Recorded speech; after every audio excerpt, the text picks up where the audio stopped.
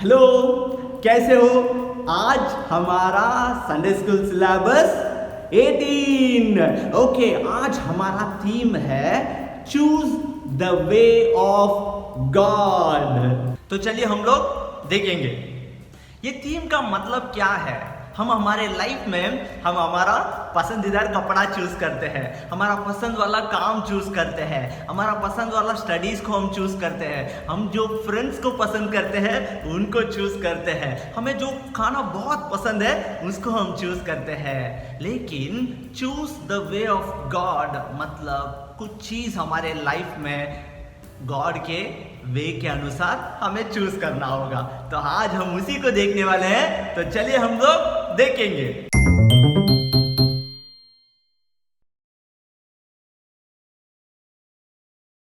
Bible में यीशु मसीह ने एक कहानी बताया है।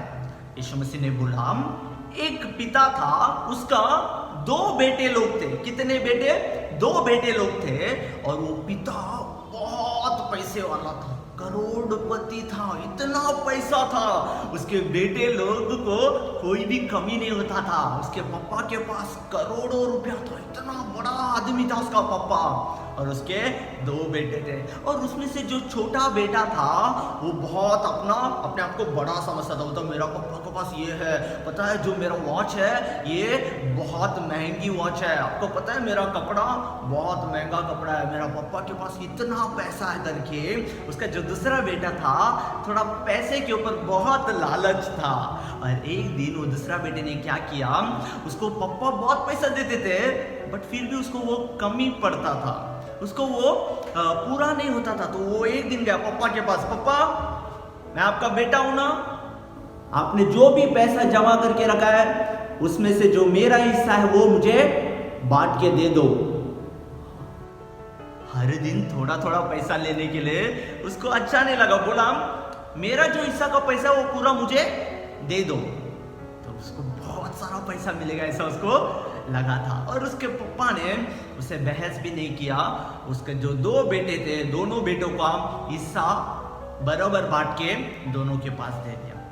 कुछ ही दिन के बाद में जो दूसरा बेटा था उसने क्या किया, अपना बैग लिया, अपना कपड़ा सब रखा, और उसका पापा ने बहुत सारा पैसा दिया, उसने उस पैसों को भी उठाया और वो चला गया बाहर गाँव।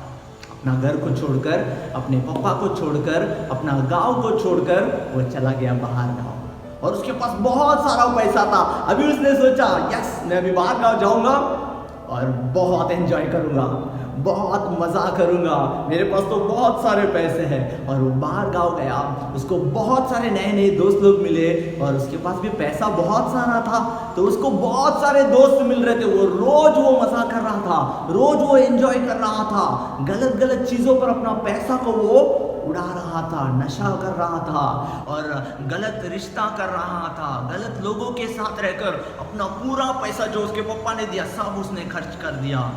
आखिर में उसके पास कुछ भी पैसा नहीं बचा, और उस गांव में बहुत बड़ा अकाल आया, बहुत बड़ा अकाल आया। सब लोगों के पास जो पैसा थी, जो ज़रूरतमंद चीज़ थी वो कम होते जा रही थी, और इसके पास कुछ भी पैसा नहीं है अभी। तो उसने क्या किया, उस गांव के एक आदमी के पास जाकर वो जुड़ गया। और जुड़ने के बाद सोचा कि मुझे कुछ तो काम दे दो, मैं काम कर कर मेरा जो रोज का मेरा ज़रूरत है मैं वो पूरा कर लेता हूँ। तो उस आदमी ने उसको क्या काम दिया पता है, उसके खेती पे सूअर को संभालने वाला काम दिया। जो पिग रहता है ना, जो डुक्कर रहता है उसको संभालने का काम दिया उसके खेती पर। तो उसने क्या सोचा, ठीक है जो काम मिलता हम उसको कर लेंगे करके वो अपना उस सूअर को सब संभालता था।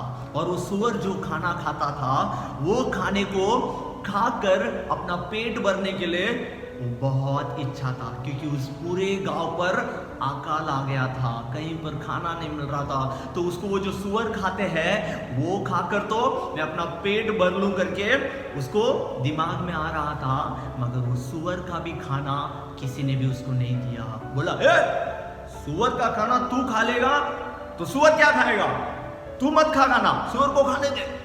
ऐसा करके उसको भगा रहे थे, उसको सूअर का भी खाना नहीं दे रहे थे।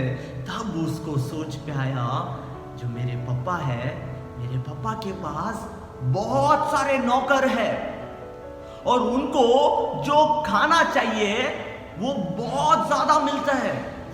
मेरे पापा के पास एक भी नौकर भूखा नहीं रहता है। मेरा पापा के पास रहने वाला एक भी मजदूर खाली पेट नहीं सोता है। उसको हर दिन ज्यादा रोटी दिया जाता है, ज्यादा खाना मिलता है। लेकिन मैं यहाँ पर सुअर का भी खाना मुझे नहीं मिल रहा है करके उसने सोचा, और उसने अपना मन बदला। सोचा कि मैं मेरे पापा के पास फिर से जाऊंगा और मैं पापा के पास जाकर बोलूंगा, हे पिता, मैंने स्वर्ग के विरोध और आपकी नजर में मैंने गुनाह किया है, मैंने पाप किया है, आप मुझे क्षमा करो और आप मुझे एक नौकर जैसा आपके पास रख लो। मैं अभी आपका बेटा कहलाने के लिए लायक नहीं हूं, मुझे एक नौकर के समान आपके पास रख लो। ऐसा जाकर मैं अपने पापा को कहूंगा करके वो बेटे ने सोचा, और उसने अपना सामान सब बांधा और वो चला गया अपना गांव अपने पापा को मिलने के लिए। और वो जब जा रहा था उसका पापा उसको दूर से देख के पहचान लिए, मेरा बेटा आ गया। और उस बेटे को देखकर उनको बहुत आंसू आई, बोली मेरा बेटा फिर से मुझे ढूंढ कर आ गया करके दौड़ कर गए और उसे गले लगाकर उसको किस किए, बोले मेरा बेटा फिर से आ गया, बहुत प्यार दिखाए। तब उस बेटे ने कहा, हे पिता, मैंने स्वर्ग के विरोध में और आपके नजर में मैंने पाप किया है, मैंने गुनाह किया है, मैं आपका बेटा कहलाने का लायक नहीं हूं। अभी मैं आपका बेटा नहीं बोल सकता हूं क्योंकि मैंने आपका सारा संपत्ति नाश कर दिया, लेकिन आपका एक नौकर के समान मुझे रख लोगे। तो उसका पापा ने एक नौकर को बोला, इधर आओ, अपना घर पे जो अच्छे से अच्छा कपड़ा और महंगा वाला कपड़ा लेकर आओ, मेरे बेटे को पहनाओ और उसके हाथ में एक अंगूठी पहनाना, एकदम बड़ा वाला अंगूठी उसके हाथ में पहनाओ, और उसका पैर पे एकदम बहुत सुंदर वाला चप्पल पहनाओ, जूता पहनाओ। वो बेटा देख रहे हैं, मुझे लगा मेरा पापा मुझे चिल्लाएंगे, मुझे लगा मेरा पापा मुझे मारेंगे, मुझे लगा मेरा पापा बोलेंगे तू तो मेरा बेटा ही नहीं है, जा। लेकिन वो बेटा देख रहे हैं कि उसका पापा उसको अच्छा नया कपड़ा दे रहे हैं, उसको अंगूठी दे रहे हैं, उसको पैर पे चप्पल दे रहे हैं, उसे इतना प्यार किए, उसका सारा गुनाह को माफ किए। उसका पापा ने उसे उसी तरह प्यार किया जैसे शुरुआत में प्यार किया था। यीशु मसीह का भी प्यार वही है हमारे जीवन में, हमारे लिए। यीशु मसीह हमारा ऊपर वाला प्यार कभी भी वो नहीं बदलते हैं, चाहे हम कितनी भी गलतियां कर ले, जब हम यीशु मसीह के पास आते हैं वो हमसे प्यार करते हैं, उसका प्यार कभी नहीं बदलता है। लेकिन हमें हमारा पाप से मन फिराना चाहिए। जैसे वो छोटे बेटे को उसको याद आया कि मेरा पापा के साथ मैं रहता कितना अच्छा होता, लेकिन उसने अपना सारा संपत्ति को गंवाया, मगर उसने मन फिराया और पापा के पास फिर आया तो उसके पापा ने उसे माफ कर दिया। हमारे भी जीवन में बहुत सारी गलती करते हैं, लेकिन जब यीशु मसीह के पास आते हैं वो हमें जरूर माफ करते हैं। ओके बच्चों, इस कहानी को आप लोग याद रखना। अभी हम लोग बहुत सुंदर सा एक वचन देखेंगे।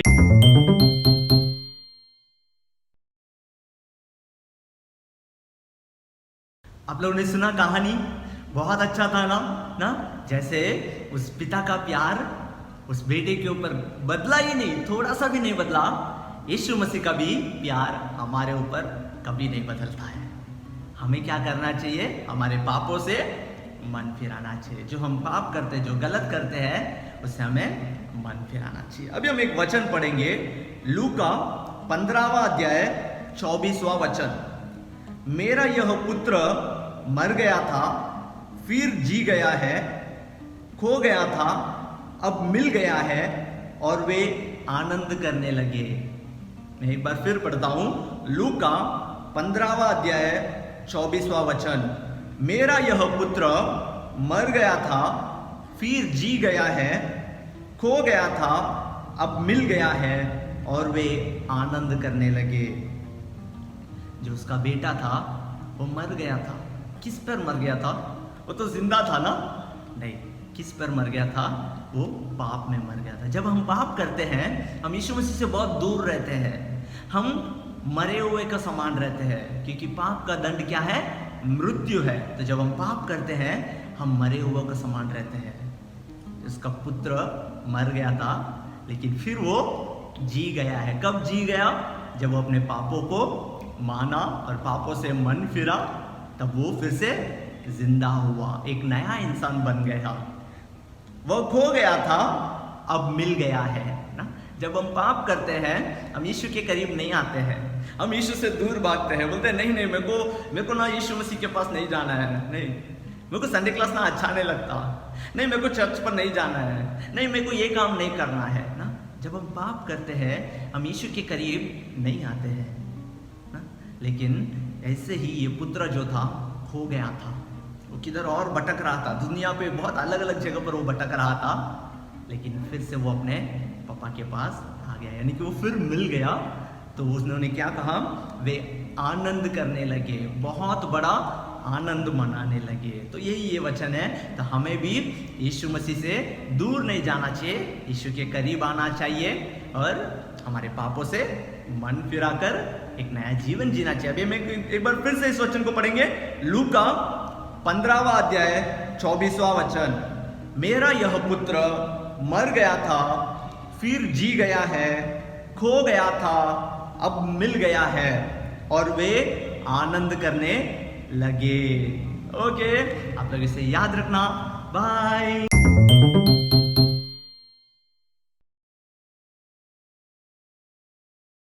आज का स्टोरी को लेकर हम लोग एक छोटा सा क्विज रखेंगे और एक छोटा एक्टिविटी भी रखेंगे। आपको एक स्क्रीन पर एक पेपर दिखता होगा जिस पर कुछ क्वेश्चंस है और एक एक्टिविटी भी है, उसे आप डाउनलोड कर सकते हो। उसका लिंक आपको डिस्क्रिप्शन पे मिल जाएगा, आप वहां से उसे डाउनलोड कर लेना और आपके जो संडे क्लास में बच्चे हैं उनसे आप क्वेश्चंस करना और वो एक्टिविटी भी करने के लिए रखना। बहुत ही इंटरेस्टिंग रहेगा ये आपके संडे क्लास के लिए। ओके, जरूर आप आपके संडे क्लास में इसे अप्लाई करना।